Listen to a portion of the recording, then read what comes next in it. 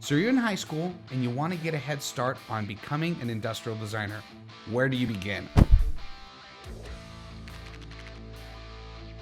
There's of course going to be a number of things that are kind of just the simple answers that you'd almost expect from everybody. Learning how to sketch well, nailing down CAD, becoming familiar with 3D printing and prototyping. Yeah, there's a lot of resources that are out there on the internet that you can reach out to and learn about that stuff. But you've got a lot going on right now as a high school student. So here are a few different things that you can be focusing on that won't go too above and beyond what you're doing, that will still give you a lot of help in the long run as you want to become an industrial designer. I recommend that you get into the habit now of doing anything and everything you can to document the process. As an industrial designer, there's one skill to be able to make cool renderings, sketches. Then there's another skill of being able to think of things that are makeable, manufacturable, and sellable. And then there's a whole other ball of wax in presenting your concepts. Because not only do you have to make cool looking stuff that works great, you have to be able to sell it. If your school doesn't offer any kind of directly connected to industrial design courses, check out ceramics, stained glass, sculpture, jewelry making. Jewelry making is awesome. Don't be silly, guys.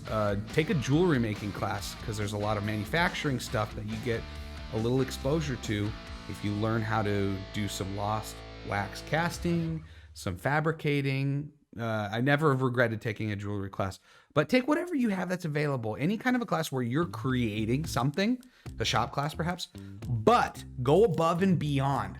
Go above and beyond by documenting the entire process well. Break out a camera or your phone or take as many pictures as you can. And not only just take pictures, but try and develop try and develop some photography skills. Set things up, learn a little bit about lighting, take some nice shots, document the entire process. If you've done some sketches, document them. How are you going to do that? Are you going to scan them in? Are you going to Photoshop them? Are you going to digitally sketch them? Do you have an iPad and an Apple Pencil? Like, there's lots of different ways that you can go about collecting all of this data, but record it all and tell the story. The first time is going to suck. Don't worry about it. It's all in repetition. So first project, just kind of do it. It's mechanical. You're not fluid yet. You need to grease up those joints and you're just starting out. So I'd almost say it's okay if you've got a project that you're working on, say some ceramic product, look up that kind of a product online at a big store. Pottery Barn or some Magnolia Networks flower vase that they sell in Target. I don't know. Find a spread, a presentation that has a product like yours, and it is absolutely okay at the very beginning to be looking at it and copying the format. How did they do it? They got a money shot up here, they have a call out here, and then they do this, and that's how they tell the story. Do it. I am not saying though that it's okay to copy somebody's work and paste it in. What I'm telling you is it's okay to build the fundamentals from the beginning mechanically by looking at what works well and implementing into your work. I think at the beginning that was one of my faults, as I was wanting to show my individuality and creativity without building up that scaffolding and that foundation of what is a good presentation, what works well, what looks good by copying, by being inspired by somebody else's good work. It kind of ended up being a crutch for me because I wanted to be unique. But the truth of the matter is, good stuff looks good for a reason, and you need to learn why.